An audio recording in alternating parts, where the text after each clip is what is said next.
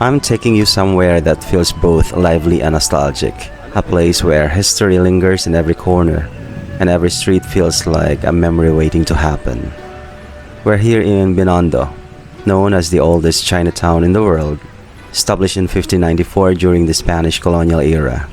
Just thinking about that, more than 400 years of stories, of trade, of families, of survival. It makes every step here feel meaningful. And tonight, I'm not rushing, no strict itinerary, just a slow night walk, a little food crawl, a few stops, and time to admire the beauty of a place that has seen generations come and go. Sometimes, the best way to recharge isn't by going somewhere far, but by rediscovering places filled with history and life. As night settles in, the streets begin to glow. Lantern lights, signboards, and the gentle hum of conversations fill the air. You hear footsteps, laughter, the clatter of utensils from food stalls. And somewhere in between all of that, the smell of grilled food begins to pull me closer. That's my first stop tonight. Small food stall. Simple, nothing too fancy. But you know it's good when the smoke rises steadily and people gather around. They're serving skewers. The aroma alone feels comforting. I grab a few skewers, warm and slightly smoky, and pair it with something refreshing. Fresh cane sugar juice. Sweet, cold, and incredibly satisfying after a long walk. There's something about holding simple street food in your hands, standing by the roadside, watching life pass by. It reminds me that joy doesn't always come from grand things. It comes from small, humble moments, like warm skewers on a cool night, and sweet juice that feels like a reward after a long day. And while I'm standing there, taking slow bites, I realize how food connects us. Different cultures, different traditions, yet food always finds a way to bring people together. After finishing that first stop, I continue walking deeper into the streets.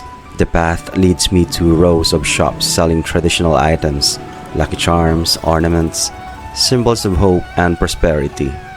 This becomes my second stop, though not for food but for something meaningful.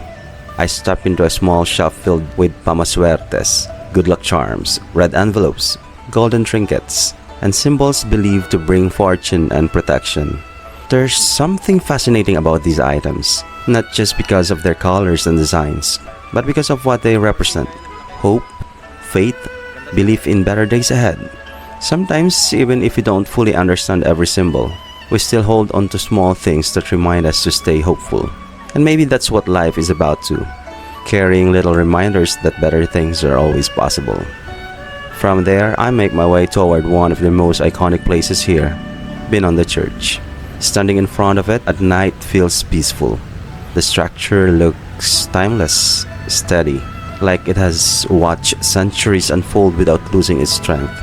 Nearby is Binondo Plaza, where people gather, sit, talk, or simply take in the view.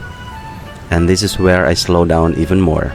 No food in hand this time, just quiet observation. I sit for a moment, admiring the view, watching people pass by. Some are tourists, some are locals, some look tired from work, others look relaxed, enjoying the night. And it makes me think about life again. How we're always moving, always chasing something. Yet sometimes, what we really need is to sit still, even just for a few minutes, to breathe, to reflect, to feel grounded again. Places like this, old plazas, historic churches, they remind us that life doesn't have to move too fast. Of course, before heading home, there's one last essential stop. You can't visit Binondo without bringing home something sweet. So I walk toward Engbitin, one of the most well-known places here for traditional treats. Inside, shelves are lined with colorful boxes, each one filled with delicious pastries. And the star of the show, hopia. Soft, flaky, sweet, and comforting. Buying hopia here feels like carrying a piece of Binondo with you. A small reminder of the night, the walks, the flavors, the memories. It also feels special knowing that this will become pasalubong, something to share with family or friends. Because food tastes even better when shared. As I step outside with my box of hopia, the night feels calmer now. The The streets are still alive but quieter, gentler.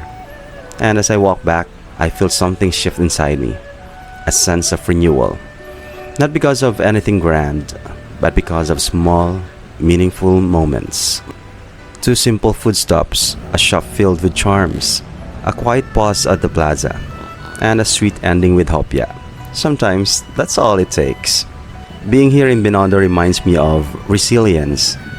This place has stood for centuries, through challenges, through change, through growth.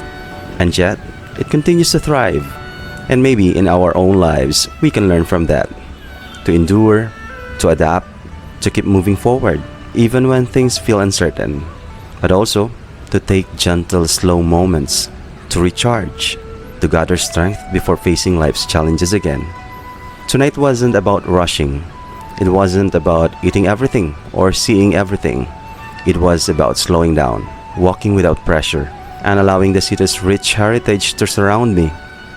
Binondo, in its quiet night glow, feels like a place where history meets the present, where culture is tasted in every bite, and where reflection comes naturally. A place where you can recharge, not by escaping life, but by reconnecting with it. And now, as I head home, with tired feet, a full heart, and a box of hopia in hand, I feel ready again. Ready to face tomorrow. Ready to handle whatever comes next. The best reset isn't loud or dramatic.